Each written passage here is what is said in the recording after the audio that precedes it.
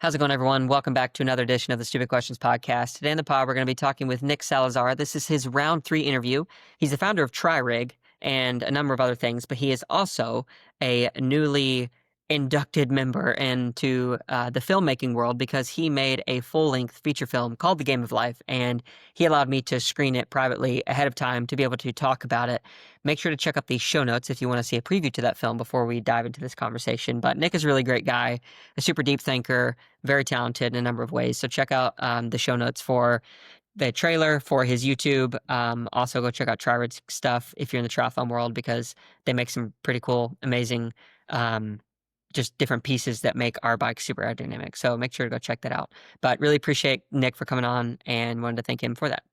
Before we jump into the podcast, though, just want to say thank you so much for being here. Check out the show notes for links to the trailer, like I said, for links to all of the stuff that Nick is involved with. And also, we're going to be having episode number 200 come up here soon, and would really appreciate it if you guys could give me some ideas for things that you think would be good to do for that episode as a momentum in time. Thank you guys so much. Really appreciate you being here again. And without further ado, I want to introduce you to Nick Salazar. I asked you this question before, but I have to re-ask it again. Your camera is actually like in front of your monitor. You're looking at it, and then the screen is behind it. Is that how you get through with this really good eye contact thing? No, I don't have a super good teleprompter set up right now. You can do that kind of thing, but I don't have it set up. I just look into the camera, and then if I want to look at your face, I go like over here or something. Okay. Yeah. Since you told me that, I do remember you telling me that now, and I have tried to, especially in like intro and outro, like actually look at the camera. Yeah. But it's so hard for me to like actually connect. So you have a good skill that you've learned. Thank you. No, I appreciate it. How you doing, man? So good. It's really cool to get to do the Seth Hill hat trick. This is my third time talking to you. Bring it on, man. So, Happy to make it happen. Yeah. Yeah, it's a real privilege. Thank you. Yeah, dude. Thanks for coming on.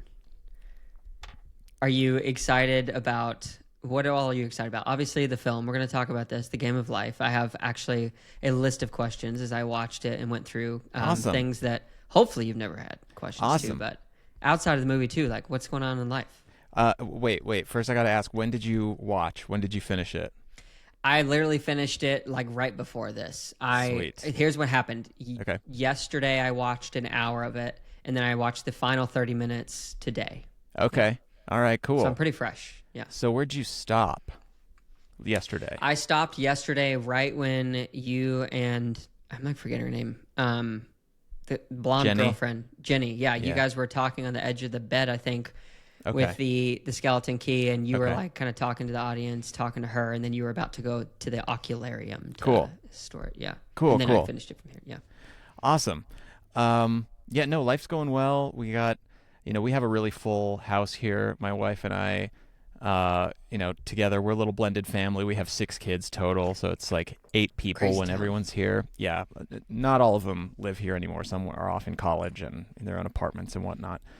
But everybody's always going through some kind of milestone.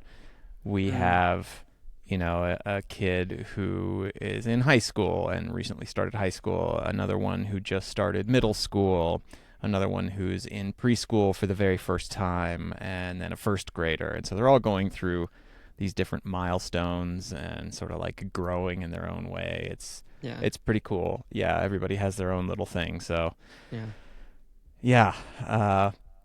it's always a bit of a wild party, but for me personally, like on the personal side, the biggest thing is, the movie, or I guess it's a combination of personal and professional, but, in terms of what I'm doing, it's been a kind of a wild ride. I mean, it was something the whole family was involved with in some way, and they could all just see how excited Dad was about this project. And,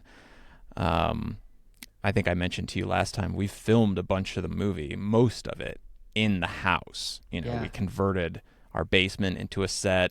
We converted our master bedroom into a set for some scenes.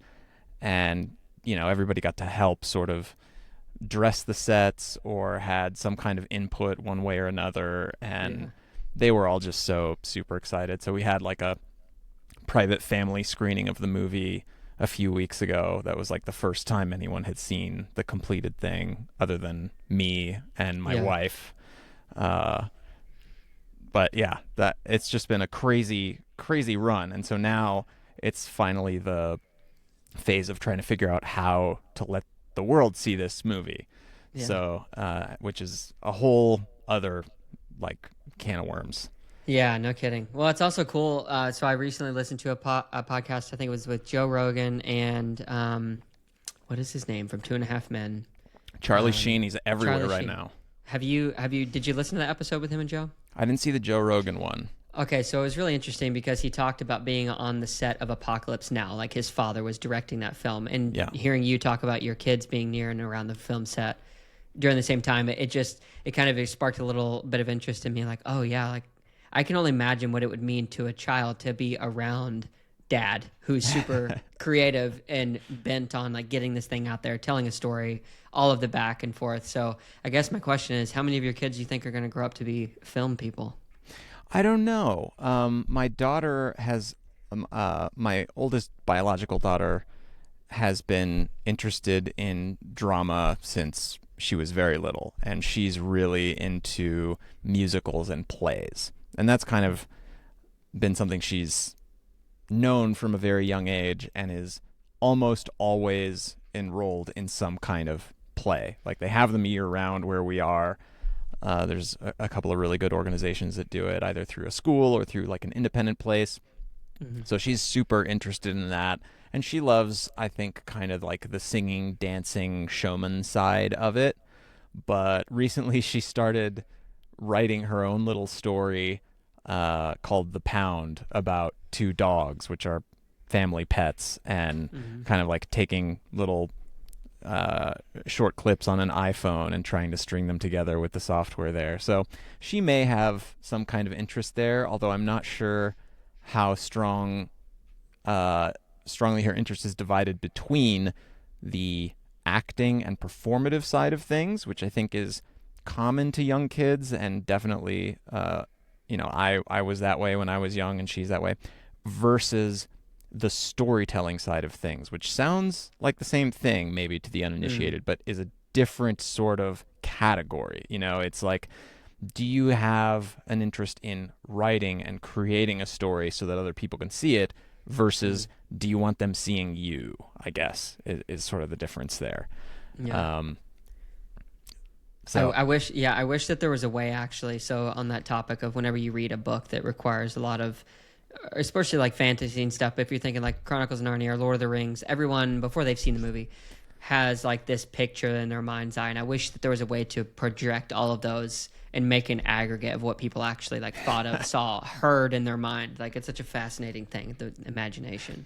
And that's the privilege of being a filmmaker, is that you get to have your vision projected for others. And I love that part of it, like the fact that what I'm thinking of and what I'm imagining, I can make come to the screen and have other people watch. And I don't know, like I think it's so popular to say that film adaptations of books never do justice to the source material, and what you imagined in your mind is always so much better than whatever the filmmaker was able to put in front of you. And I bristle at that reaction because I adore movies and I love watching movies, and as I've gotten into the creative process of making them myself, I've only fallen in love with them more. So like, you watch It or It, chapters 1 and 2, the two different movies, I think they're just masterpieces, right? And they're just wonderful movies, and the book is a different experience. But trying to say one is better than the other is like saying that a good meal is better than, a trip to Paris or whatever. Yeah, it's like hard to compare those, truly. Yeah, they're different. I mean, they're different storytelling mediums, and like I happen to love movies, and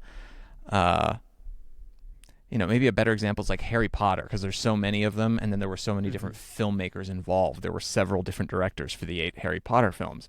I think the films are fantastic, and I've read all 7 books multiple times by myself and to my children, and like I don't know, I don't have the feeling like, oh, the book is always better. It's like movies are incredible, and they do something so different. There's you never get to hear a soundtrack while you're Yeah. reading a book.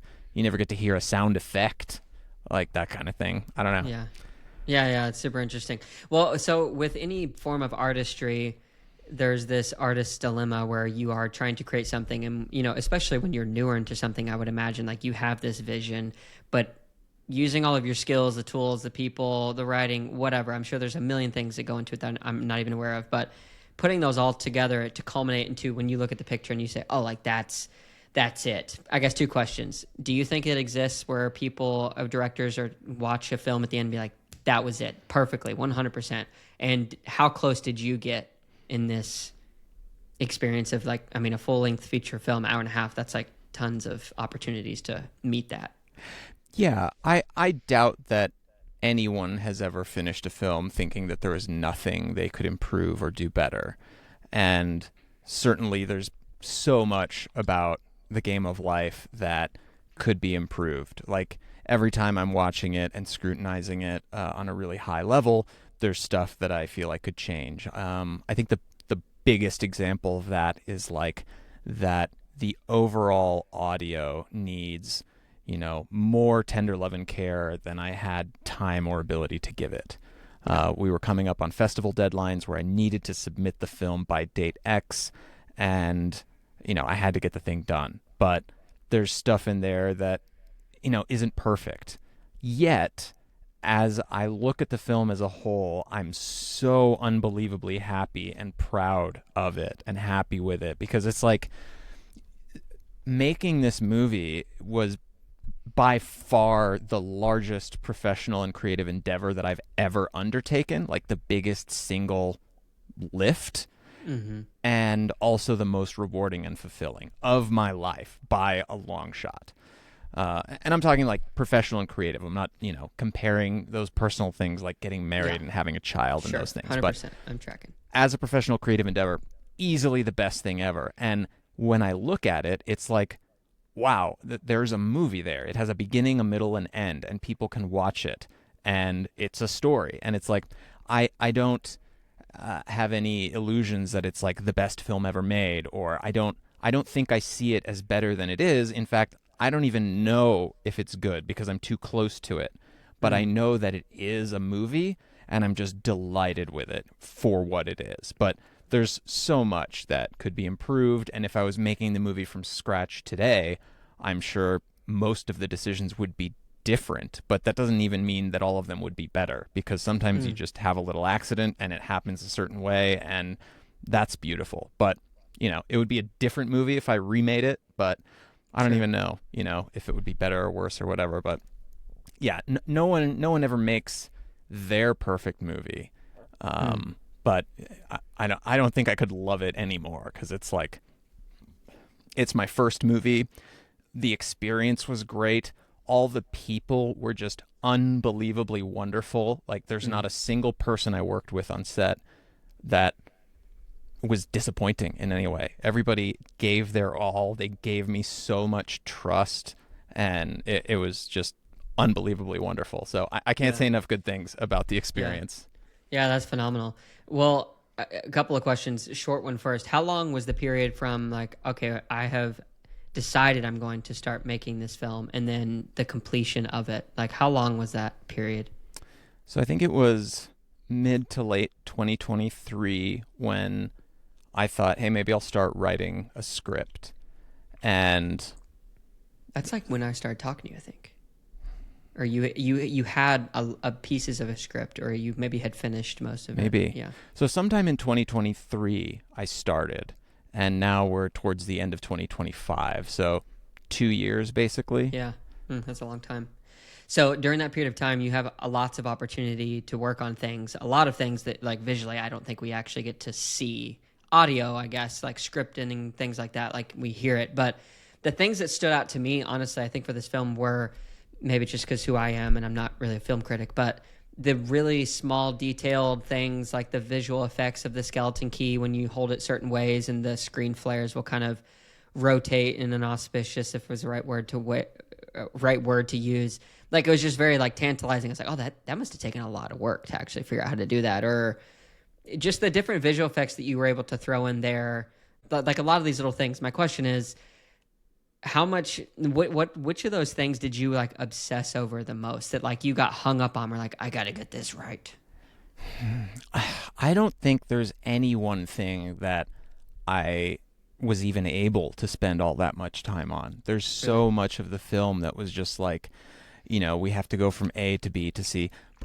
Probably, you know, like one of the things that you would think had an inordinate amount of time spent on it was the color of the bedspread in the psych ward, right? It's like this very shocking royal blue, like a very vibrant royal blue.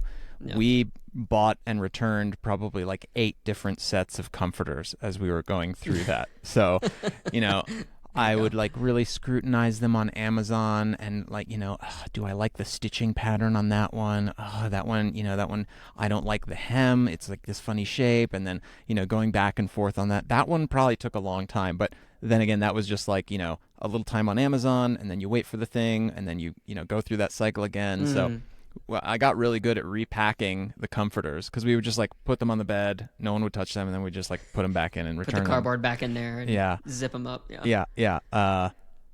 But yeah, that kind of thing. So I think because I tried as much as I could to budget that kind of obsessive time where it would, make the most difference on screen, right? As stupid as the color of a bedspread is, those bedspreads are on film for like 15 minutes, right? Yeah. And I was particular about the color palette of the film. So the first 10 minutes of the film or so are in the protagonist's apartment. It's all yellows, greens, and browns. And if you look at still frames of that part of the movie, they're all those colors. Then the psych ward is the next, 50 pages of the script or so, about an hour of film, 50 minutes or so. It's all whites, blues, and grays. And so we have this kind of deliberate color theme. He starts sort of on Earth in the mundane. I'm trying to follow to some extent loosely the hero's journey as articulated by guys like Joseph Campbell, or a more modern example that people might know is Dan Harmon and his Story Circle. He's the guy, one of the co-creators of Rick and Morty. So it's this idea our protagonist starts in his mundane zone of familiarity, goes to somewhere unfamiliar and, has a quest, gets something that he desires, maybe loses something or pays a great price for what he wants, adjusts to this new place, and comes full circle eventually, ends up back in his zone of comfort again. But we had those sort of earthly colors to begin with. Then the psych ward, to some extent, represents like an ascent into the sky. It's all these like sky colors, peace. Maybe it's almost as if he's died and gone to heaven. That's not what's happening with the plot, but that's sort of the color idea there. Yeah. And then after the psych ward, he goes to Las Vegas, and so the colors we chose for that were these reds, golds, and blacks. So it's like very dark red, sometimes some gold colors in there. And then the very end of the film has kind of an epilogue. And, thematically, the idea was, you start in a story with a thesis, and then you present its antithesis, and then at the end you have some kind of a synthesis. And so visually, I tried to represent that by kind of showing all the colors. So there's a bunch of sort of rainbow effects that happen towards the very end of the film. Jack is in front of Jenny. There's a bunch of rainbow colors happening. And then we see them in their apartment. Jack has come full circle. He's in his apartment. And there's a couple of rainbow pieces of art on the wall. And so the idea is that it's kind of a synthesis of the ideas and the journey he's gone on and the ideas that he's learned sort of throughout the process. And so to a very long answer to your question, I would obsess, if I could, over things that would make a visual impact. So like those stupid comforters, I spent a bunch of time trying to figure that out. But or like the sound of the skeleton key, I spent a bit of time on that sound because you hear it so much. It's like in the background, doing its little thing. Yeah. So I wanted it to, sound a certain way. And so I spent as much time as I had on things like that. But so many of the decisions that you might think, oh, he obsessed over that, it was just like, I have to get this done and move on to the next thing. Yeah, it's super interesting to me because I don't know how big your team was, but I'm assuming it wasn't like astronomically large. So you had to be scrappy and put a lot of time and effort of multiple people into multiple different hat wearing Yeah. activities. Yeah. But it's fascinating to me because this concept of like the small little things that like the comfort of color or the angle of a frame, for those who aren't trained for these certain things, like they can evoke a certain emotion or a thought or feeling. But it's interesting because as a viewer, and I think of a movie like excuse me, Lord of the Rings, for example, there was such enormous amounts of detail, and I got to go to the Hobbiton thing in New Zealand, and I started to realize like, wow, there were so many details that were placed that I really did that I just kind of glossed over, didn't even take in. But it's the summation of all of those things that really I think makes the impact. But oftentimes, there's no way for the audience to truly, I think, thank the director or thank the writer for that because they don't pick up on them. So I would struggle to know what I'd probably get lost in the weeds. I feel like of like, oh, what do I actually do? Like, what's too much? What's too little? That's what I would think. Yeah, and I mean, there's part of those decisions that you hope it makes a difference to the audience, even if only on a subconscious level.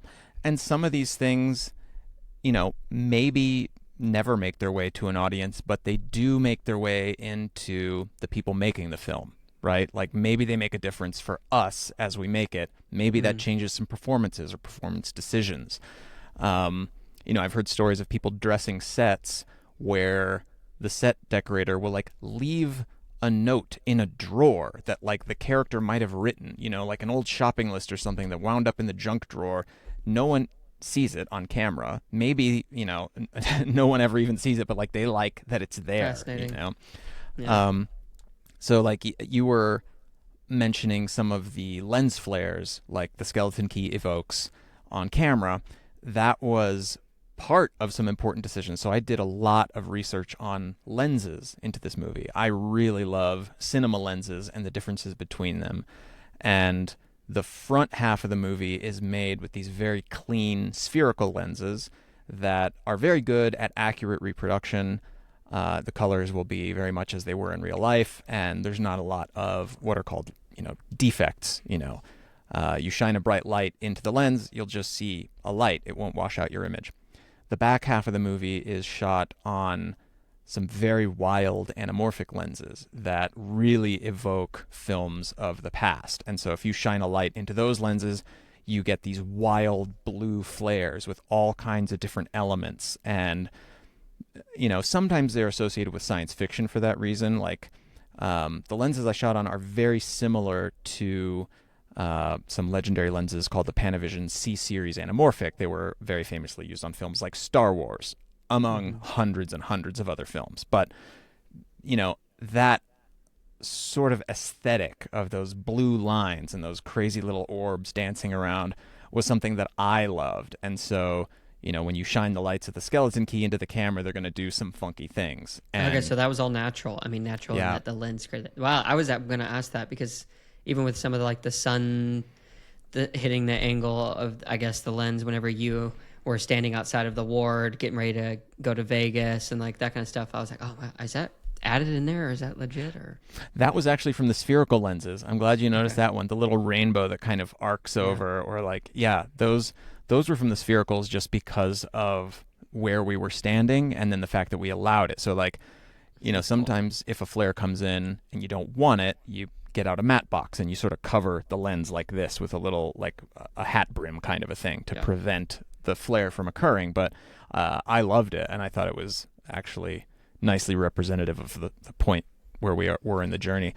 But yeah, a lot of those were optical and in camera. But they did come with a bit of decision making and thought behind them. But I'm glad you noticed them. But I think half the time no one would ever notice, and hopefully people don't. There are scenes, for example, Jack sits down and has a telephone call with the doctor from the psych ward, right? We switch back and forth quite a bit between those very clean spherical lenses and those very wild, aberrant anamorphic lenses. Yeah, I did notice that. Oh, okay. You did.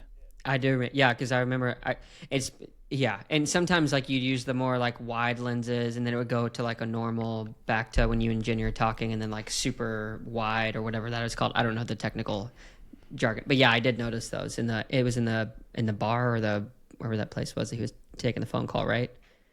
Well, Uh, the phone call is in the hotel suite. The bar Okay. scene Yeah. Oh between yeah. him and Gotcha. Jenny, that's all on spherical, actually. It's just sometimes we're using, a longer lens to have a close up of a face and Okay. sometimes a wider lens to see two people Showing my together. ignorance here. Yeah. No, no, no. That's all good.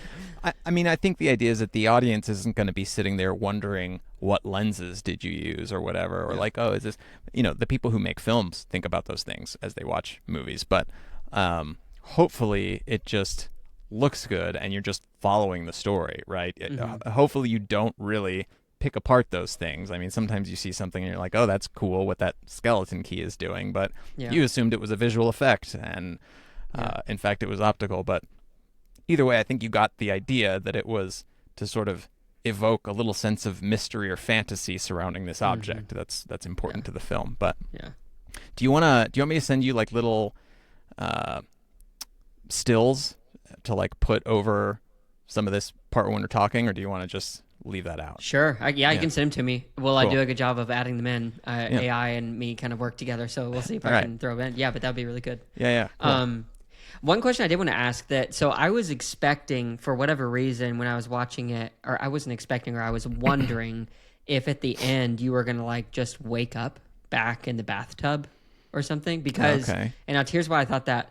So you start out with the box cutter, like that's what slit the wrist, and then you go through that, and then this guy, man, I'm so sorry. That's okay. What is the gentleman's name? I'm sorry, I don't remember his name. Who was Eddie. Yeah, Probably. Eddie. Yeah. Yeah, We may not want to divulge too much of the plot at the Okay. moment. Okay. But, So we won't do that. you can ask about why, but maybe just don't Say divulge exactly your what's whole happening. plot reasoning. Yeah. Yeah. The question has an important answer that I can talk about, which is that, okay, so I don't know if we want to cut things where we talk about plot details where you mention his stated profession or I mention that line. But I can do that for you. okay, I can cool, do that cool. for you. So Yeah, I'll just pick up from here. So you asked a question related to the end of the film that we're not going to talk about the exact details of, but your question was whether certain elements of the film are meant to evoke some sort of questions or doubts about the reality of the film. And the answer to that is yes, absolutely. So there are at least 2 or 3 valid ways to interpret the events of the film as seen on camera. So our point of view character is almost always Jack. It's always Jack, really. He's the audience substitute. It's a very first-person movie, and in fact, Jack talks directly to the camera for a lot of the film. But he's not necessarily a reliable narrator. And, there are a lot of elements in the film where the veracity of what was shown on screen is called into question. And sometimes we'll see multiple explanations for an event, both of which cannot be true.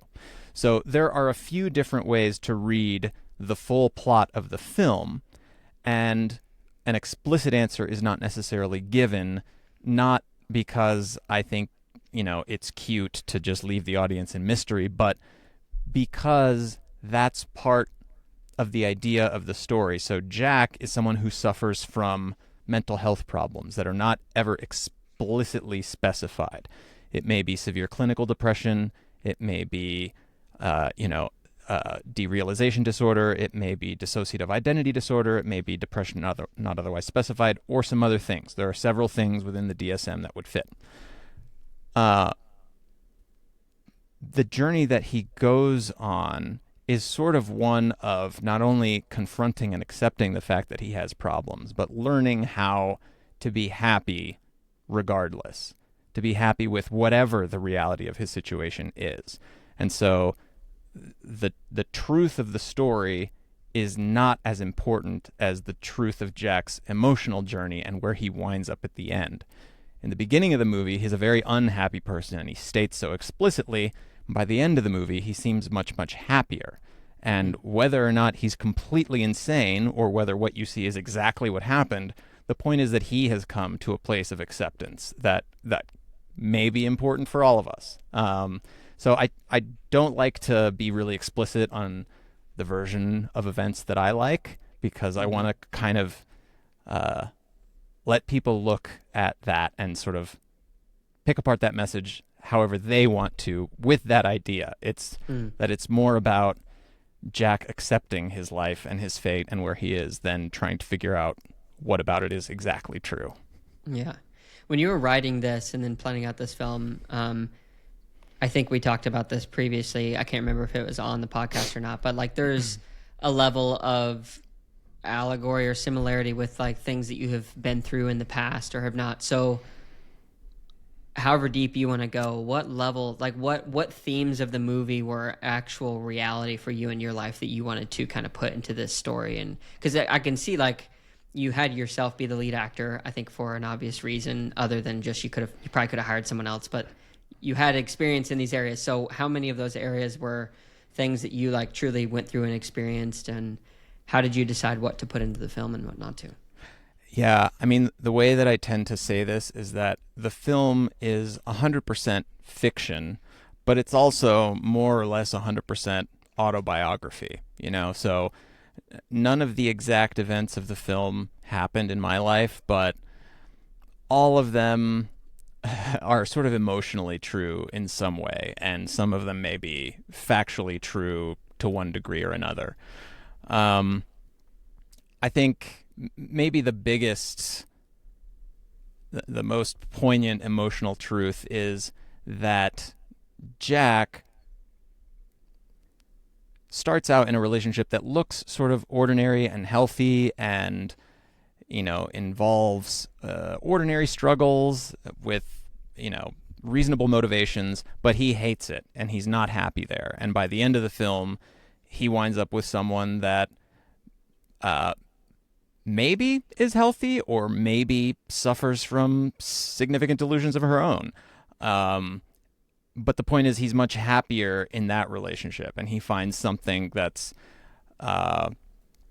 much stronger with someone who might be nuts herself. So I think he says that at some point. I think one of the lines is, "Isn't that great? She's as nuts as I am." And he says something like that a couple of times.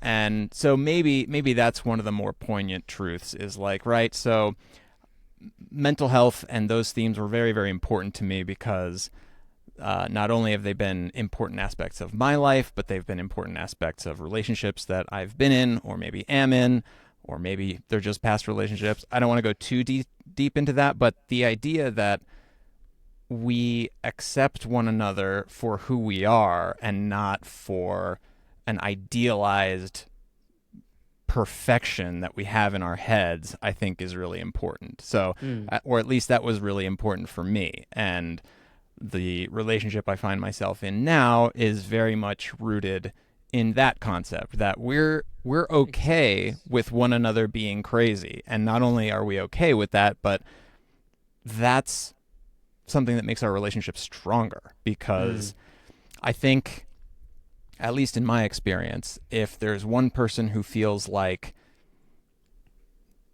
they're great and the other person has real big problems, that's always going to be, you know, a source of conflict. Like, I'm always trying to fix you. You're not to the level that I'd like you to be at. You know, that's tough. Two people that can say, oh, we each have these significant problems, and when you're struggling with some of yours, I'll help you, and when I'm struggling with some of mine, you'll help me. I mean, it sounds so basic and almost like a truism, but it was significant in my life, and so that made its way into the film. Yeah, no, I'm glad you brought that up because I think that more people hopefully can realize that it's not just a truism. Like, most people do view that, whether we're honest with ourselves or not, and sometimes we're blinded by the fact that we do view people that way. I'll just speak personally. Like, I've been married for over going on 8.5 years now, and thank you very much. Over the past like year and a half, honestly, man, it's been similar to where deep down, so I'll say this. When I was really young, I used to have this very real belief that when I played soccer, I was like, if I just had 10 other of me, we'd have the perfect soccer team. And that belief and mentality carried all the way through marriage to where I realized, even kind of subconsciously, I was like, yeah, I'm really the one carrying this relationship, but, you know, she's a little crazy, but I can fix her or whatever, and I'll just kind of do that. And once I started to like kind of make that shift through some pretty candid and raw conversations and start to, like, one thing I've recently been saying to my wife for the past few months is like, I realized how wise you actually are, because for a while I didn't view that, and it takes some work to get and longevity in a relationship, I think, to get to that point to where you can actually start to say that. So it's such a cool theme that you were able to pull out in the film.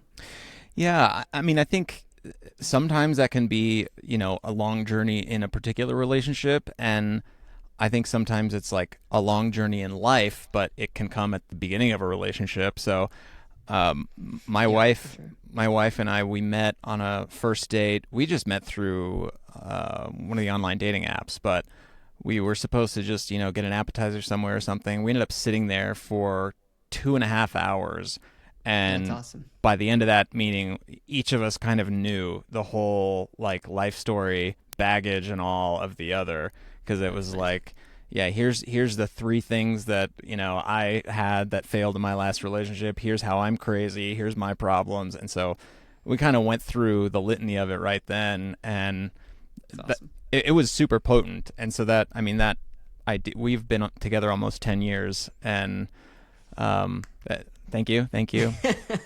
Yeah, we married. I think not quite as uh, not as long as you. So our eighth anniversary will be this coming January. But Yeah. um, yeah, that's remained a super important, I think, bedrock of our relationship is Mm. just the acknowledgement of our own imperfections in both directions. Yeah.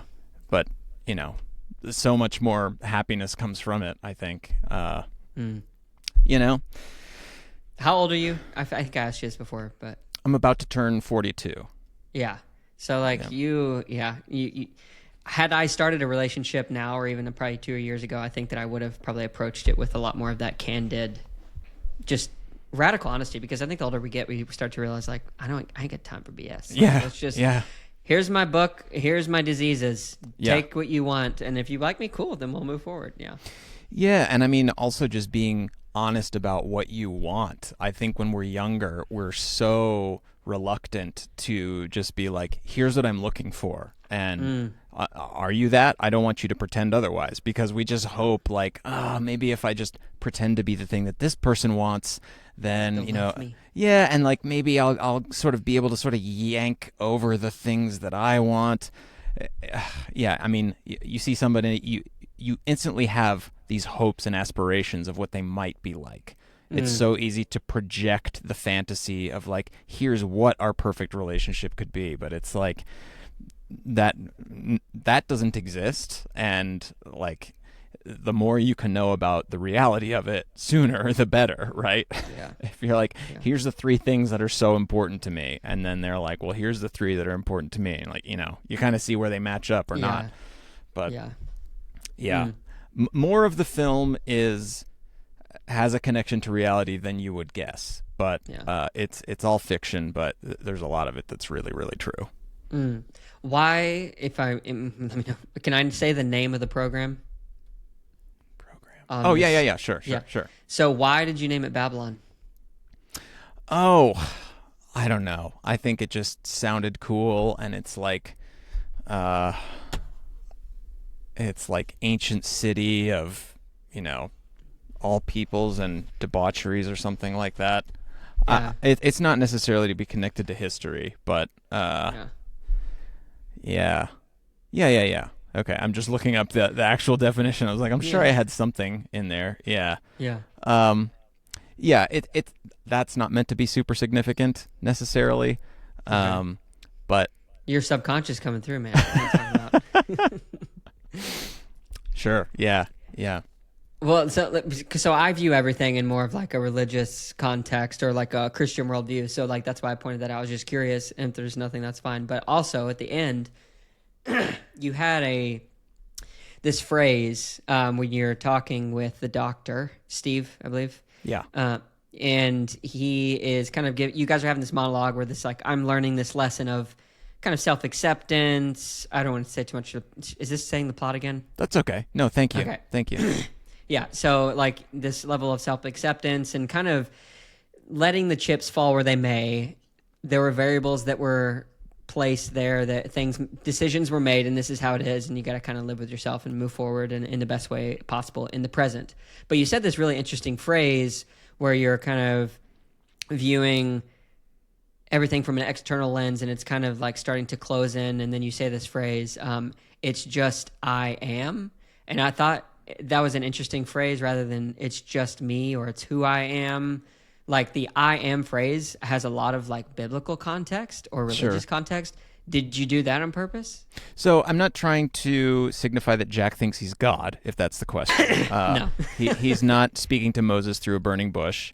Um, but that part of the movie is it's combining a couple of different concepts. One was radical acceptance, like you said. It's sort of this is used in lots of psychiatric or therapeutic settings for people that have ruminations of any kind or are dealing with lots of different kinds of difficulties. It's a way to think about the fact that basically nothing that has already happened can change. So there's lots of ways to think about the concept of radical acceptance, like everything that's happened has led up to this present moment.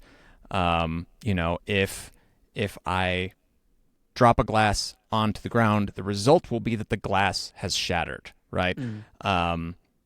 And that's the perfect consequence of that action. And so it's like accepting or understanding that the world as we see it right now is the perfect result of everything that has come before. So that's the concept of radical acceptance. The second concept is, and we talked a little bit about this, I think, last time I was with you, is non-dualism, or the idea that sort of consciousness or awareness is the fundamental building block of reality. And so this isn't a therapeutic concept. This is more of a philosophical one.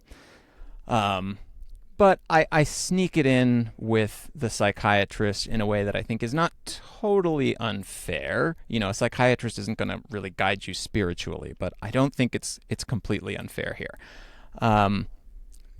Jack is, ruminating on his decisions and his problems and all that, and so the psychiatrist asks him to sort of like think about what is at the core of himself. And so the I am is actually an answer to the psychiatrist's question of, well, if you think you're your brain, the brain is a machine that reports thoughts, feelings, and sensations. What does the brain report thoughts, feelings, and sensations to? Jack's response is, it's just me. I am. That's exactly how the line goes. It's just me. I am. So his answer is, I am the one that the brain reports things to. So another way to say that is like, I am aware. I am conscious. It's me. I don't know. There's like, I'm not any of these things. I'm not necessarily my body or my foot or my relationship to this person or this sport that I love doing. Like, I'm not any of those things. So the idea, I guess, from a therapeutic perspective is to understand you don't have to identify with any particular thing to be whole or to understand yourself as a complete individual, that you're already complete and whole just as you are. And I don't object to the idea that that's maybe going to introduce some confusion with religious texts, or isn't that God's voice? Doesn't God only have the right to claim this I am that I am thing? Like, I'm okay with that confusion. If people want to worry about that or think about what that means. Well, I'm offended, so I hope you take it out. No. Perfect. No, it's so interesting you say that, especially on the topic of consciousness and a little bit of spirituality in there. But when he's, saying where does all that report to? If you were to ask someone to point to their consciousness or like, where are you inside of all this? Usually we'd point kind of like right here, usually right behind the eyes, which is so fascinating to me because obviously that's where our brain is. But I really think it has to do with like these eyes. Like maybe I'd never asked a blind person that actually. It would be a fascinating question to ask a blind person. Point to yourself. Yeah. Why is that? I want you to impart some wisdom upon me, Nick. That's a fascinating question. At the beginning of the film, Jack is lamenting the fact that he's been put in the psych ward, and he talks about this idea that each of us is sitting in a movie theater watching a film through our eyes that only we can see. I think we're so strongly connected to our audio visual. Um, I bet a blind person would, I don't think they'd point to their ears. I don't think they'd point to their eyes. Maybe they'd point to their head, but uh, I bet you the stronger connections to like their physicality or their other senses, maybe they'd do something like this, put their hand on their chest. Hmm. Um, that's one of the reasons I love movies so much, is that they so deeply represent our lived experience of perception. We get only two of the senses, but they're so powerful, those two, sight and sound.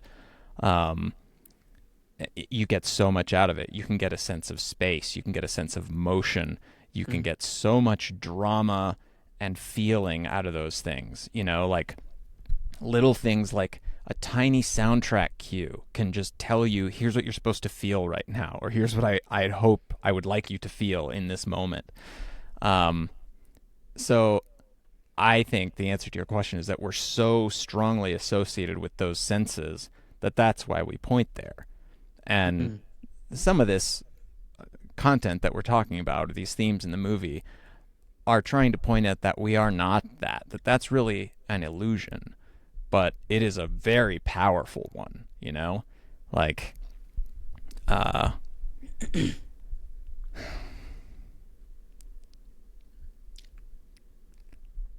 I don't know.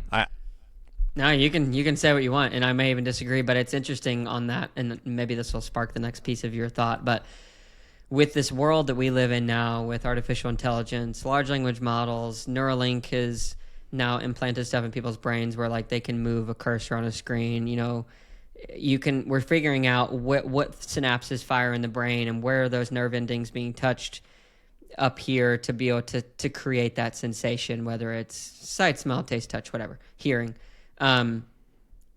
If this continues down this path, it will not be too long of a future I foresee to where you could be completely plugged into this, and then really you're kind of living in almost like the Matrix, where you can create a total lived experience without actually physically doing anything. But then the argument becomes, what is physical? So, yeah, it's a fascinating concept because it really does call into question a lot of the religious and spiritual understanding of what consciousness is, of what experience is, faith is, because it kind of intertwines with all of these very complex transducers that we find on our body that allow us to experience, quote unquote, whatever reality is. Does that make sense? What's the biggest question you think it's going to come up, or the biggest challenge that it will present to your current beliefs?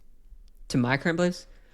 I'm pretty cemented in understanding why I believe what I believe. I've shared some crazy experiences with you, but I've had multiple things where it is just really overwhelmingly apparent to me that there is a spiritual battle. There is, whatever you want to call it, whether you call it God, whether you call it Yeshua, whether you call it whatever language you want, or whatever religion, there is this struggle for kind of good and evil. Because, when you're talking about the hero's journey, it is impossible, I feel like, to have a good film, or like any film, that doesn't follow that very specific trajectory of, everything we know is there's good versus bad. I am going out, I'm going to try to battle this bad and then come back around to a place of comfort. I feel like that story is like it's as old as time, and it will always exist. And I think that it points to a higher thing, that there's this great controversy. So for me, what is it going to call into question?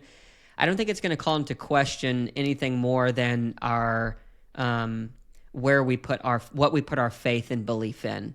Because if I can try to simulate that for an individual, if I can plug them into a system, give them sight, give them a taste, give them a smell, a hear, whatever, I don't know. I haven't truly thought this all the way through, so that's a really good question, and I don't think I have a fully condensed answer to where I can even articulate kind of what's going on in my brain. But yeah, how would you answer that question? Will it cost anything?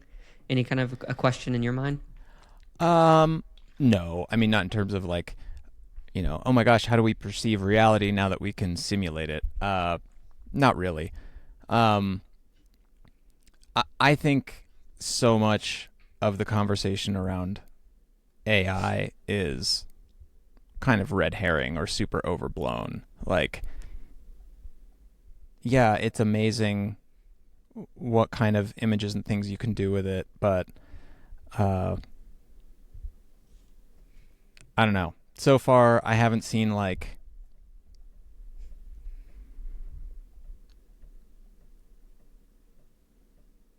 anything that makes me want to like go consume AI content. Oh, It's 100%. it's cool, it's really interesting, but we keep hearing that it's going to replace all these things, and so far I haven't seen any of these things that I'm like, that's a show I'm going to watch, you know? So, Yeah, the consciousness aspect of a human experience. I was talking with Nick Goldston yesterday. I don't know if you know who he is, but he heads up the podcast with that Triathlon Life. But he's also like a Grammy winner, music producer, and we were talking about just like AI and music. So when he goes and plays something to kind of have this channeling of emotion of an experience onto the keys like that, without words, even that can be communicated to another person to feel usually like a sense of sadness or whatever emotion that you're trying to evoke. But I think really when it comes to it with art and artificial intelligence, it will never be able to replace that truly, because it's the human element, the little slight imperfections that I think make things beautiful.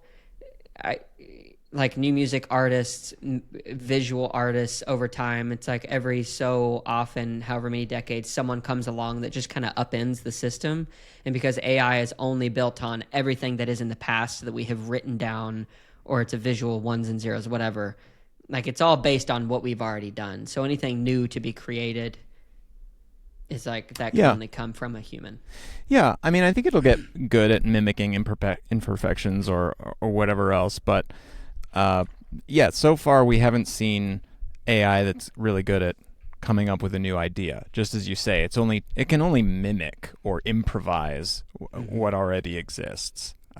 So far, I haven't seen anything that I'm like, yeah, that's really new, or that really adds something. So far, I haven't seen anything that's really additive, just sort of, a mimic of. Yeah. So,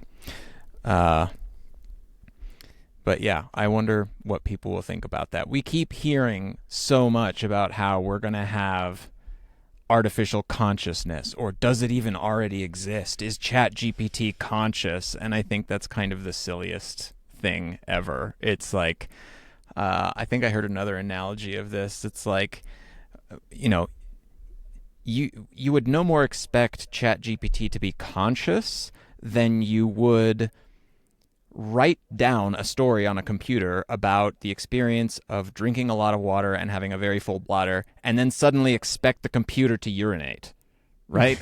Like, Yeah. Those are different things. No matter what ChatGPT is, it's a series of ones and zeros. And so far, we have no understanding of consciousness as simply being a series of ones and zeros. Yeah. That is such a endless and tenacious pursuit, I feel like, of a lot of the tech realm, just from the different lecture series that I've kind of tried to listen to. And you know who Peter Thiel is? Mm-hmm.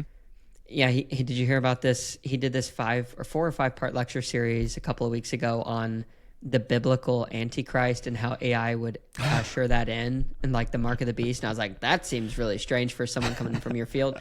So it's like there's this complete and utter obsession with, I think, to try to create a god or a type of, they say AGI. I mean, really what they're saying is God, like, because when people interact now with ChatGPT or all these things, I feel like they're looking to ask it questions as if they would ask someone who is truly knowledgeable in the subject. And because it's so confident in its words, it's like, oh, well, that must be true.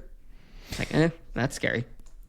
I mean, it will get better and better, right? But like the fact that it's a good repository of information still doesn't make it conscious, or still doesn't make it an entity, right? It's like it's a tool, just as Wikipedia is a really great source of information. AIs will, I think, do better and better at helping us understand things or acting as repositories of information. But driving a car. Sure, yeah. I still don't think they're a person or, conscious, but yeah, fascinating. Who knows?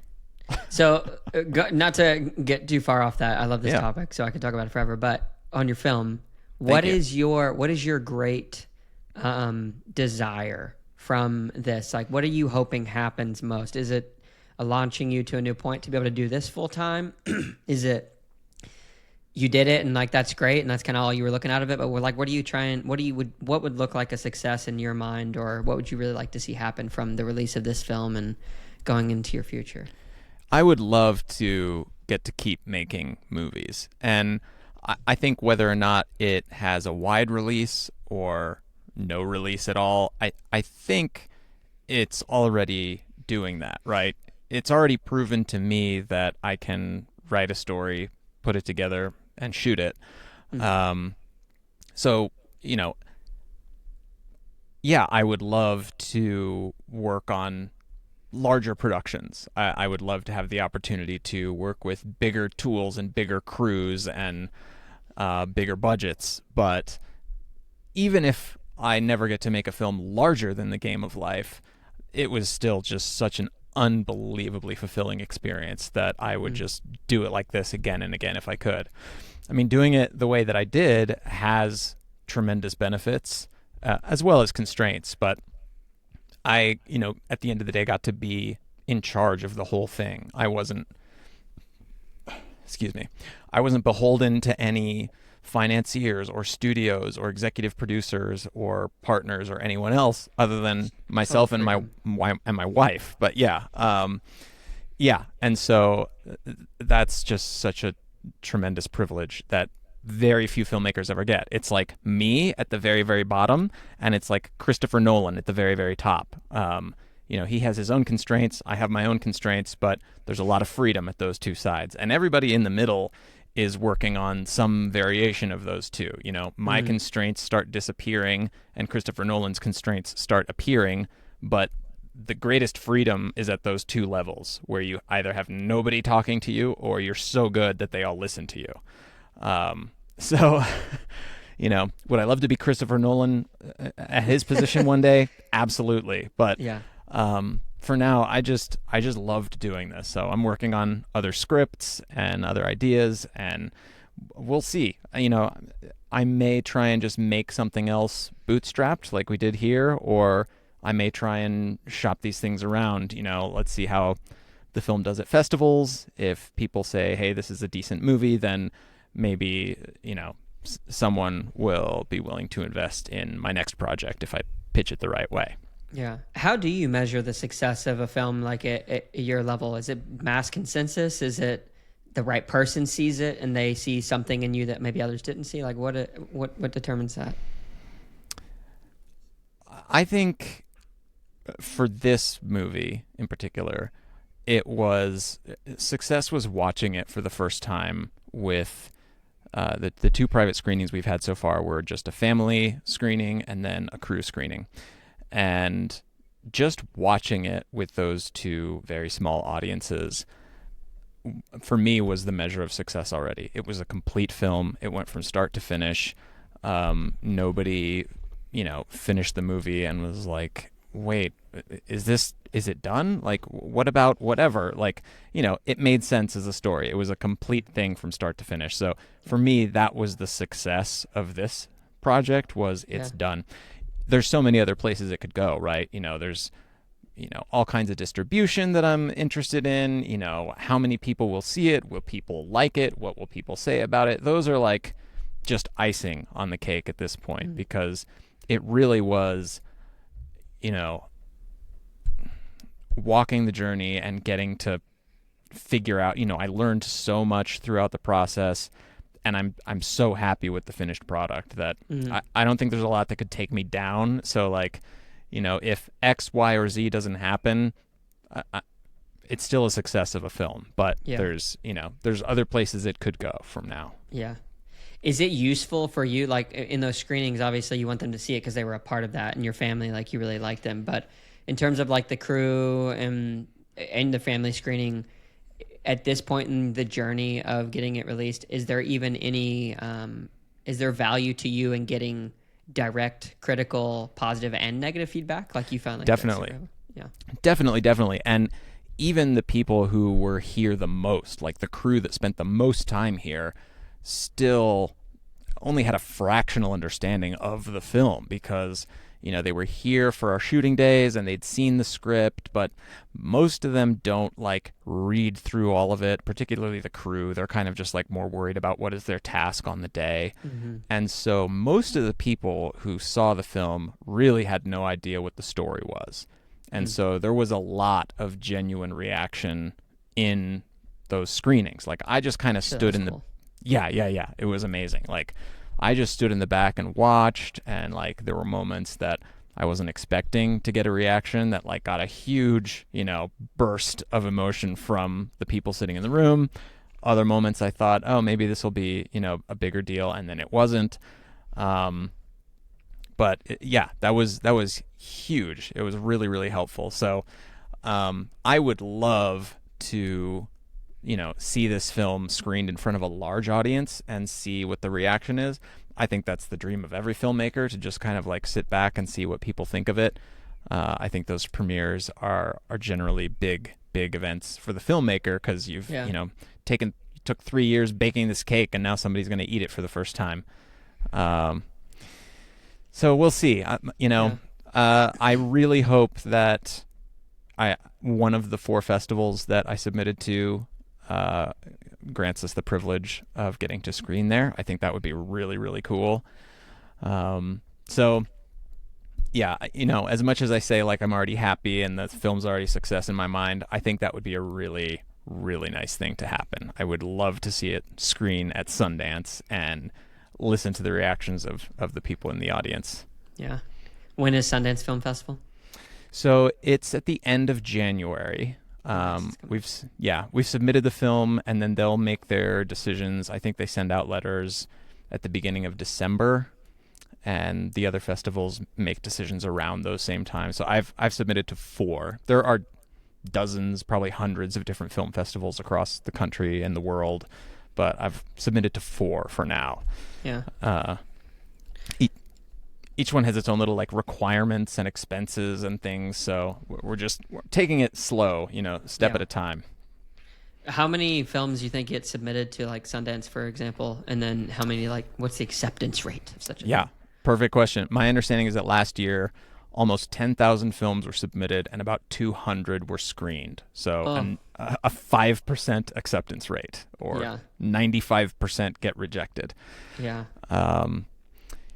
So it's either, a wing and a prayer, or overconfidence, or maybe we're just the right film. I've circulated some things to professionals that I know in the industry, and most of the feedback was really good. One person said, this is better than 99% of what does get screened at festivals, so you'll be fine. Yeah. There's a cinematographer who's worked on like $200 million plus projects who said to me, like, this is amazing. I am in awe of this accomplishment. You're going to do great. And he's not only worked on those larger projects, but also done some smaller ones himself, budgeted on his own dime, that then he sort of did the same rigmarole of festivals and screenings and whatever. And so he had really encouraging things to say, but it's awesome, man. We'll see. Yeah. It's so interesting to me, like, how I don't know much about the industry. I have limited experience, obviously, in creating like anything of like a film that could be considered a film or a story. I've done plenty of documentary kind of stuff, but to give something a feeling of, let's just say, a $500 million budget film, does that come mostly just from the money, or does that come from more of the technique and directing? Because I've heard of some like small films. I'll just use Napoleon Dynamite, for example, because that's one I know. Like, really small budget. It's really funny, really unique in its own, but it did really well. But it had like this specific feeling that it carried with it. Those feelings, like, do you have or understand or know like the formulas or what it takes to give a project, like a film, a specific feeling where it looks, feels, sounds like, oh, that was a high budget film? Like, is it just money, or is it more of the director element, you think? Obviously it's a combination, but I'm curious. I mean, film is an intensely collaborative art form, and I made the Game of Life on a very, very small group of people, right? So a ton of the tasks, like I undertook myself. And so wherever the Game of Life falls short in terms of production value is because I just decided to bootstrap and do it myself. And, that's what happens. I think the more people you can get on board who are really competent professionals, the more likely a film will have the degree of polish that I think that you're talking about, right? So a more recent example might be Anora, which won Best Picture last year and was made for about $6 million and had a pretty small crew. But pretty small crew and pretty small budget will still have several hundred people in the credits, right? That's crazy. When you watch those credits. And it's everything. It's hundreds of people working really hard at a really high level to create something good. And I don't know how many credits there are on Napoleon Dynamite, but it's definitely more than like 20 people, which is what you find at the end of the Game of Life. So I don't think there's a shortcut or a formula. It's like lots of people working really hard at a high level, to make it beautiful. Mm-hmm. Similar with like starting a business, I feel like you obviously know about this, but like you have to receive a level of buy-in from people to get not just what you're paying them for or whatever the exchange is, but to like give beyond that. Did you find it difficult or easy to get that same, like in the film? I would imagine you'd need to get a level of belief and buy-in for this idea that this story you're trying to tell. Were there similarities at all? For sure, yes. And so I think, it was a little bit of a snowball, and the production of the film was built with exactly that idea in mind. So the first 10 pages or so of the film all take place in one little location. It's Jack's apartment, and it just happens between Jack and Ellen, his girlfriend. So I was like, okay, I can make that as if it was like a little short film. And so I did all the casting and set design and production prep just filming that. And so cast an actress, Brittany Shanka. She played Ellen. She was great. Had a couple of people behind the camera and a grip. We set things up. And, then it comes down to like your leadership of these people and getting that buy-in, like you said, from that group. So it's telling all these people what we're working on. We're doing this. We're going to film this part of the movie. Then we're going to take a break while I do more production prep. And then we're going to go on to the next part of the movie.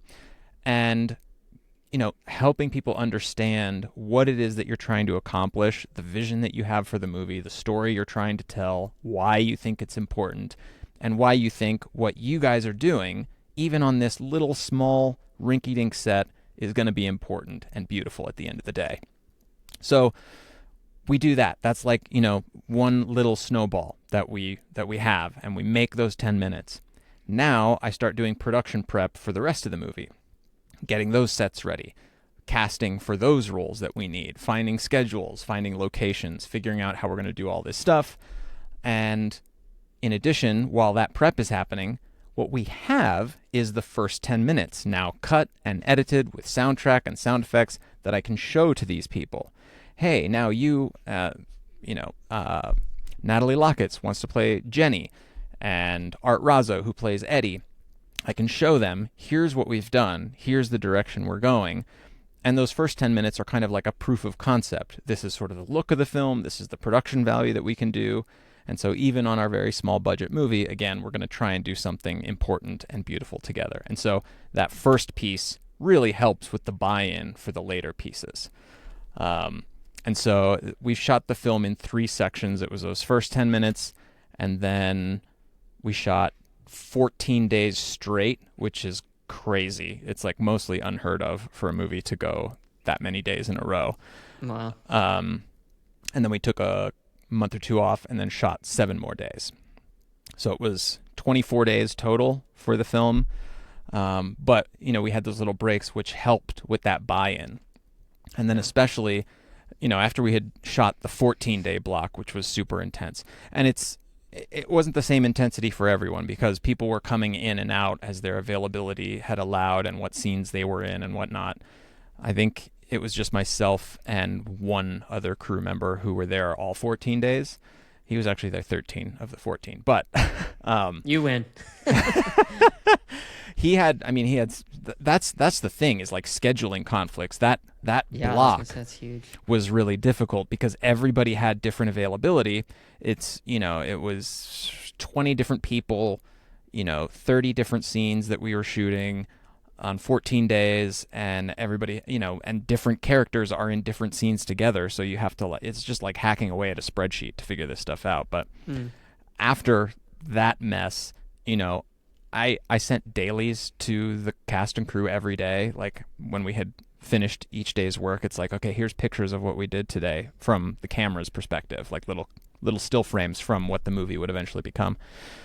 That, really helps with that buy-in that you're talking about. So by the time we came to the last day block, everybody was just like, fully bought in, super excited. Not that anyone was holding anything back at the beginning, but it's just like the excitement builds. Yeah. So Yeah.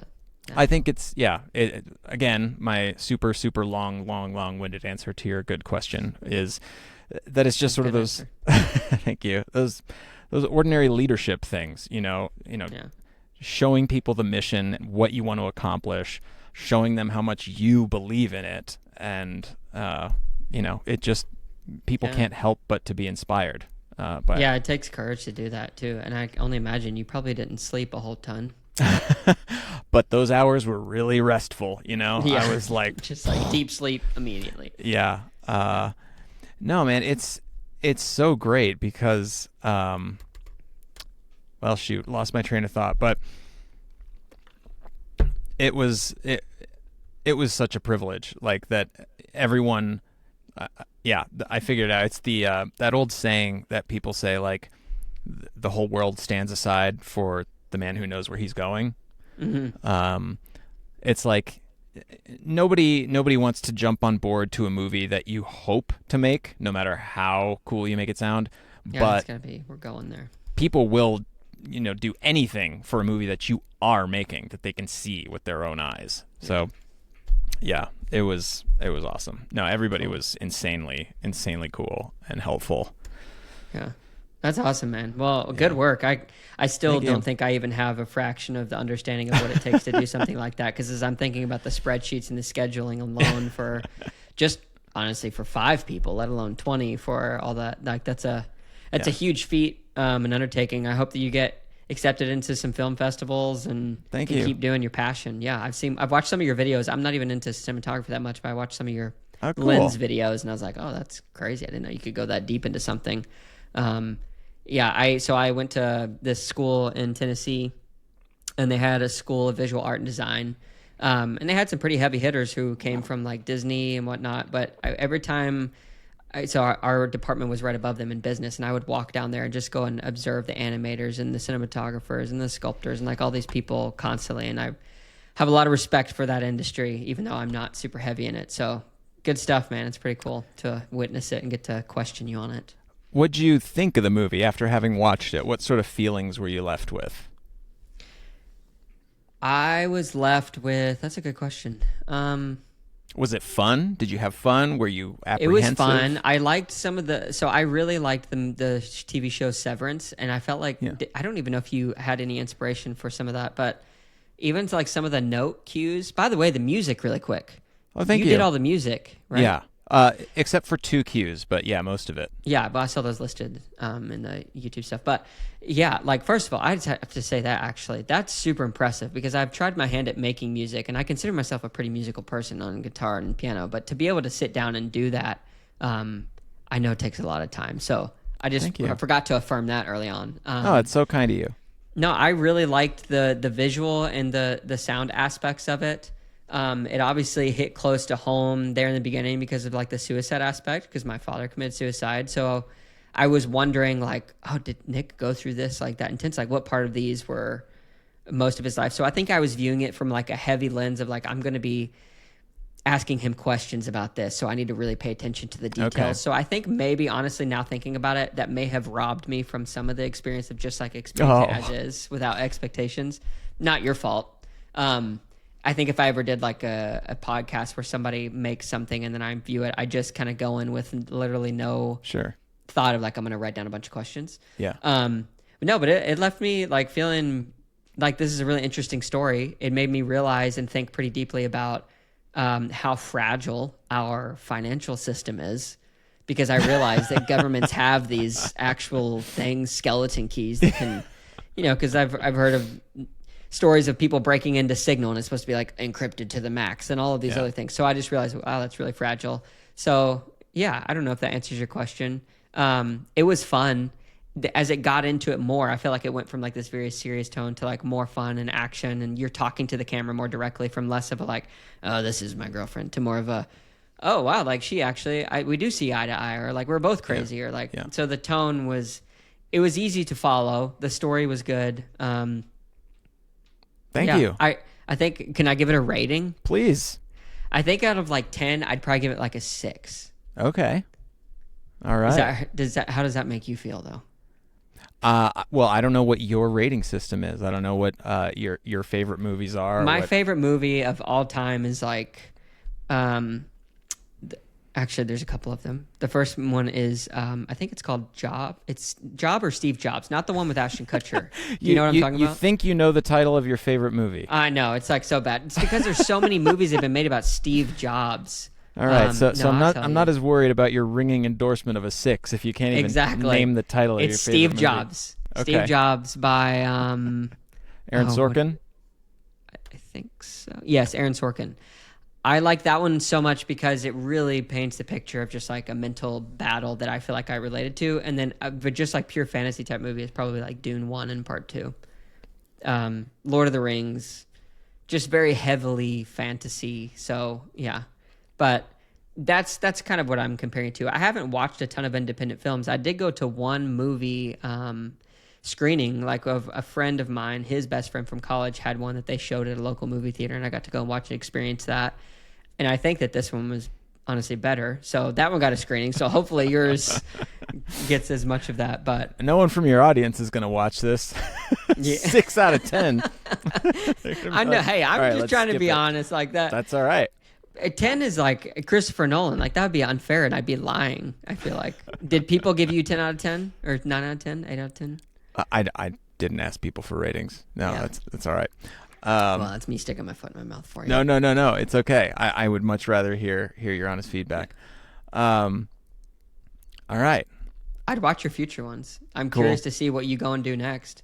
I do really have. I say that with a very respectful heart, because from the little work that I have had in content creation, I've tried to think of even writing a good story or script, and I always get like 30 minutes in. I'm like, this is impossible.